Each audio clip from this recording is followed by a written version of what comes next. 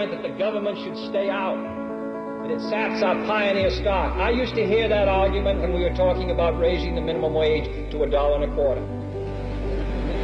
The fact of the matter is, what saps anyone's self-reliance is working 60 hours at straight time, or working at 85 or 95 or $1 an hour. In America, somebody who works 40 hours a week should not be living in poverty.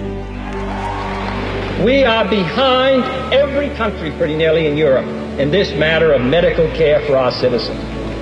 We remain the only major country on earth that does not guarantee all of our people health care as a right.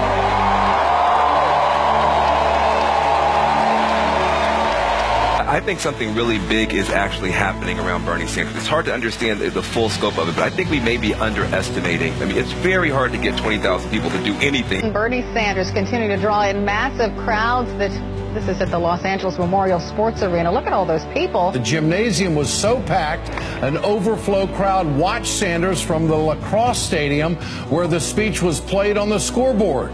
Senator Bernie Sanders, he's been amazing out there. The 20,000 people show up in Boston. He's attracting huge crowds. You look at that crowd in Birmingham, and you go, wait a second, oh, so that's where he's weak? This is incredible. Well, I would hate to see where Bernie Sanders is strong if I were in the Clinton campaign. But Bernie Sanders, these are rallies. These are not events where people are staged and roped in. Those are people dying to be in a room with him by the thousands. And we all know how these things work. If he wins Iowa, if he wins New Hampshire, then all bets are off. Bernie Sanders got more votes than then Senator Barack Obama did, which sort of made my jaw drop, because when Barack Obama ran, I mean, that was hope and change, and so many people were so inspired and passionate, right? So Bernie Sanders doing even better than Barack Obama.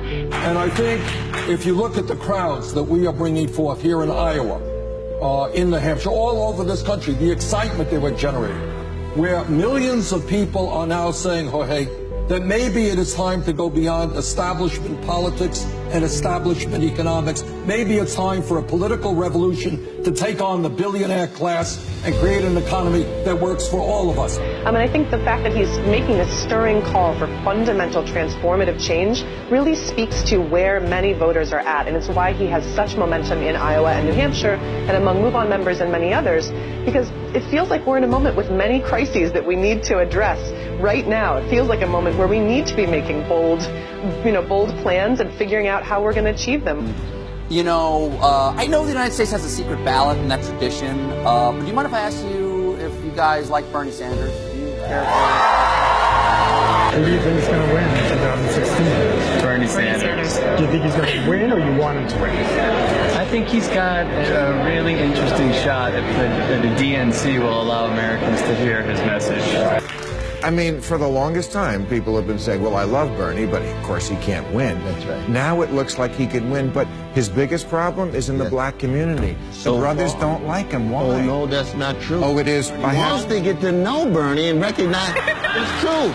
Okay. Brother Bernie Sanders represents the politician. He's a grand exemplar of integrity in public life at the national level. He represents the legacy of Martin Luther King Jr., Fannie Lou Hamer, and Rabbi Abraham Joshua Heschel, and Dorothy Day. African-American youth unemployment in this country is 51% for high school graduates. That is a national disgrace. And what I have said, and repeat to you today, that instead of investing in jails and incarceration, I'm going to invest in education and jobs. Put the kids back to work. Dr. King, in his last 2 years of life, talked about a poor people's campaign, organizing unions on behalf of poor workers, organizing against the war machine that was perpetuating violence in Vietnam. Bernie Sanders is the only politician who has consistently, for 50 years, taken that social justice platform into politics. And right now, we have an opportunity to elect someone who is directly out of the philosophy of Kingian nonviolence. When people hear Senator Sanders' message, particularly the African-American community, when they get a chance to feel the burn and to know that the political revolution is coming in a way that will lift them and benefit them, and that they will have a say in this, the African-American community will know what I know right now, that Senator Sanders is the best candidate to be the next president of the United States of America. And as we look out at our country today, what the American people understand is we have an economy that's rigged, that ordinary Americans are working longer hours for lower wages, 47 million people living in poverty, and almost all of the new income and wealth going to the top 1%. And who is satisfied that millions of people have police records for possessing marijuana when the CEOs of Wall Street companies who destroyed our economy have no police record? Well, if you think about it, the modern social media world is an unfiltered world, and that's exactly who he is. He's real, and what's really exciting about him is that the more you learn about him, the more you like him. And that's exactly what we were trying to do with feeltheburn.org. The Bernie Sanders subreddit is really, my understanding, very active thread, right? Yeah, we've got about 145,000 people on any given day. We have between 2,000 and 5,000 active members. We've raised nearly $1 million. Bernie Sanders won't be bought. He won't be bought.